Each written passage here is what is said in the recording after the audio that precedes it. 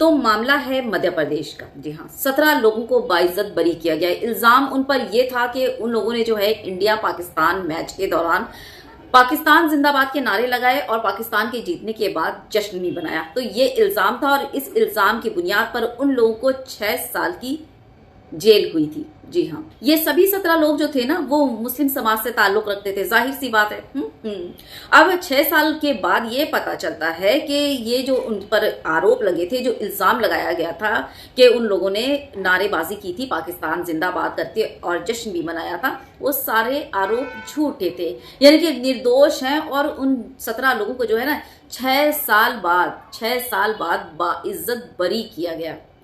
कौन लौटाएगा उनके 6 साल जो उन्होंने बेगुनाह होते हुए जेल में गुजारी, जो उन्होंने मेंटल प्रेशर उन पर गुजरा, वो कौन लौटाएगा? कोई नहीं। क्या है, छूट तो गए ना, इतना ही शुक्र कर लीजिए, है ना, काफी है आपके लिए। जब इन पर इल्जाम लगे थे, आरोप लगे थे, तो सारे अखबारात और सारे मीडिया चैनल्स वालों ने अपनी जी तोड़ मेहनत लगा दी थी अपने अपने अखबार और अपने अपने जो है मीडिया चैनल पर बैठकर इसको दिखाने में। लेकिन जब ये बाइज्जत बरी हुई, यहां तक कि आपको बता दूं कि इन पर देशद्रोही तक का आरोप लगा दिया गया था और घोषित भी कर दिया गया था। जी हाँ, जागरण की रिपोर्ट आप देख लीजिए। भारत पाकिस्तान मैच के बाद लगाए पाकिस्तान जिंदाबाद के नारे, 15 लोग गिरफ्तार। जी हाँ, लेकिन इनके जो बाइज्जत बरी होने के बाद सिर्फ क्विंट और जर्नो मिरर ने ये रिपोर्ट छापी, आपके स्क्रीन पर है, ठीक ना। उनके वो लोग जो थे उन पर झूठा इल्जाम लगा था और अब वो बाइज्जत बरी हो गए। अब इसमें टर्निंग पॉइंट क्या आपको पता है? मजे की बात। जी हाँ, मजे की बात ये कि जिसने 6 साल पहले ये एफआईआर दर्ज करवाई थी, उसका नाम था, उस शख्स का नाम था सुभाष कोहली। उसने इस एफआईआर के दर्ज होने के ठीक 1 हफ्ते बाद ही जाकर कोर्ट और मीडिया वालों को ये बयान दे दिया था कि ऐसी कोई बात नहीं है, मैंने तो कोई एफआईआर दर्ज ही नहीं किया था। यानी कि क्या समझे, पुलिस वालों ने गलत और झूठा एफआईआर दर्ज किया था। जी हाँ, और दूसरे मजे की बात आप क्या जानते हैं? कोर्ट को जो है ये 1 हफ्ते बाद ही पता चल गया था कि उस शख्स से कोई एफआईआर ही नहीं किया गया था, ये महज एक झूठा एफआईआर बनाया गया था। लेकिन उसके बावजूद कोर्ट को उनको बेगुनाह और निर्दोष साबित करने के लिए उनको बाइज्जत बरी करने में पूरे 6 साल लग गए। है ना कमाल की बात।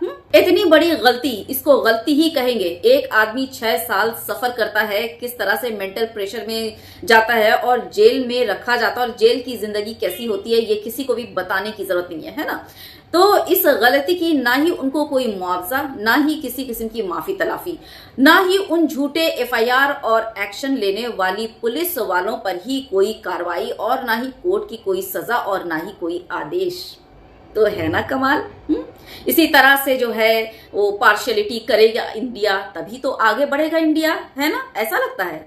तो चलो करके देख लो, है ना। चलिए, ये तो अभी फिलहाल की बात थी। अब मैं आती हूँ शर्जील इमाम, याद है या नहीं है? सीए एनआरसी के वक्त इन्होंने मुसलमानों के हक में वो सीए एनआरसी के खिलाफ पुरजोर आवाज उठाई थी। जी हाँ, वो जानते हैं ना। हाँ, तो क्या बोलूं, शर्जील इमाम के साथ उमर फारूक और भी बहुत सारे थे, जिस पर पता नहीं कितने सारे झूठे इल्जामात और केसेस बनाकर और उन पर यूएपीए, यहां तक कि उनको देशद्रोही तक साबित कर दिया गया था। क्यों? हेट स्पीचेस के इल्जाम के मामलात उन पर दर्ज किए गए थे और उनको जेल में ठूंस दिया गया, और अब तक वो हैं, उनकी जमानत को लगातार नामंजूर की जा रही है। यहाँ पर 11 लोगों के कातिल और 11 लोग जो कातिल और बलात्कारी थे, उनको बार बार जमानत मिल जाती है। बाबा राम रहीम, कातिल और बलात्कारी दोनों, बार बार पैरोल पर आ जाते हैं। आसाराम बार बार पैरोल पर आ जाते हैं, जमानत भी मिल जाती है। लेकिन पता नहीं कितना बड़ा वो हेट स्पीच हो गया था कि शर्जील इमाम और उमर फारूक जैसे लोगों को अब तक जेल में ठूंस के रखा गया है और अब तक उनकी जमानत नहीं हुई है, रिहाई नहीं हुई है। वाह, इंडिया का इंसाफ। अरे मैं तो बोलती हूँ कि इनकी औकात ही क्या है हेट स्पीच देने की, ये शर्जील इमाम और उमर फारूक की। हाँ, एक पर एक हेट स्पीच जो है भाजपाई नेता देते आ रहे हैं, और अभी जो सो कॉल्ड हिंदुत्व के जो है ना ठेकेदार बने हुए हैं, एक पर एक हेट स्पीच। क्या मुसलमान औरतों को पकड़ो और रेप करो, अपने घर पर हथियार रखो, मुसलमान को जहां देखो मारो काटो, मुसलमान का बहिष्कार करो, मुसलमान से कोई चीज मत लो, और तो और मुसलमान को मॉब लिंचिंग करो, जबरदस्ती जय श्री राम बुलवाओ और जिंदा जलाकर मार डालो।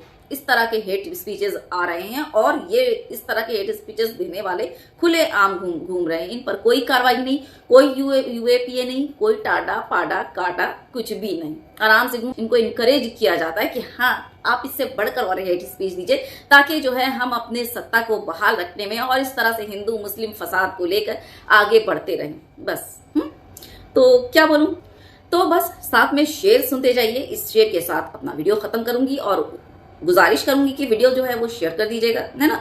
लश्कर भी तुम्हारा है, सरदार भी तुम्हारा है, तुम झूठ को सच लिख दो, अखबार भी तुम्हारा है। इन अंधेरों का जिगर चीर कर एक दिन नूर आएगा, तुम हो फिरऔन तो मूसा भी जरूर आएगा। लेकिन मुसलमानों से कहना चाहूंगी कि इस शेर पर मत जाइएगा, मूसा का इंतजार बिल्कुल मत कीजिए। मूसा आए और वो चले गए, अब आपको अपने हक के लिए खुद ही खड़ा होना होगा।